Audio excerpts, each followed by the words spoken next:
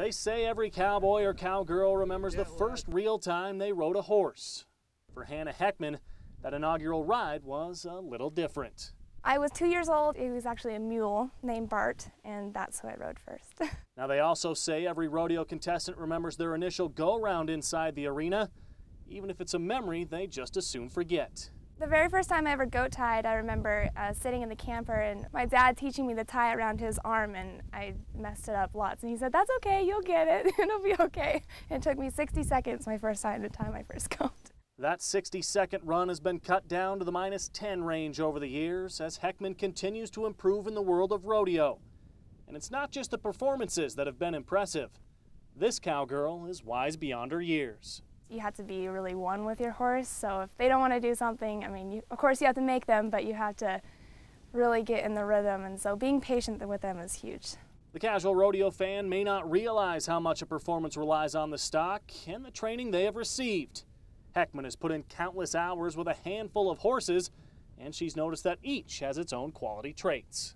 They all have their temperament. I joke around with, if they were a human, what would they say? And every single one of my horses has a completely different personality. This is Scooter, and he's lazy, really lazy. He doesn't really want to do anything unless you really make him. And my breakaway horse, Doc, is kind of just high on life and psycho, and people think he's an ex-barrel horse, but he's not. She's twice been named Montana's high school rodeo queen, has second and first runner-up finishes for the national crown. She's held office as the national student secretary and competed inside the arena, all on top of graduating from Choteau High School. So how in the world does one live life in the fast lane, the cowgirl way? Lots of coffee and rock stars. No, a lot of late nights, but I knew it was all worth it in the end, so the pros outweighed the cons. A true up-and-comer, Heckman has already met some of pro rodeo's elite, the likes of Ty Murray and Charmaine James to name a couple, but the one that truly stands out in her mind? Saddle bronc rider, Billy Atbauer. Met him at the NFR. He's a really cool guy. I admire the fact that he is as old as he is, but that he is still just as amazing, and he's always had the tender heart. Heckman is headed to MSU Northern in the fall, where success is sure to follow.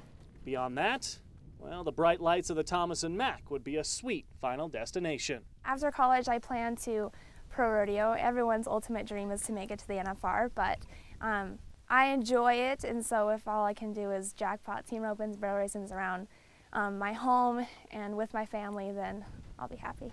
There are numerous rodeos in Hanna Heckman's future, but the only one this cowgirl is focused on, the Montana High School State Rodeo Finals, where all that horse training, hard work, and even the long hours on the road can pay off in a hurry. At state, I'm just excited to put an exclamation point on my 4 years, so hopefully it goes the way I want to, and it'll be a success.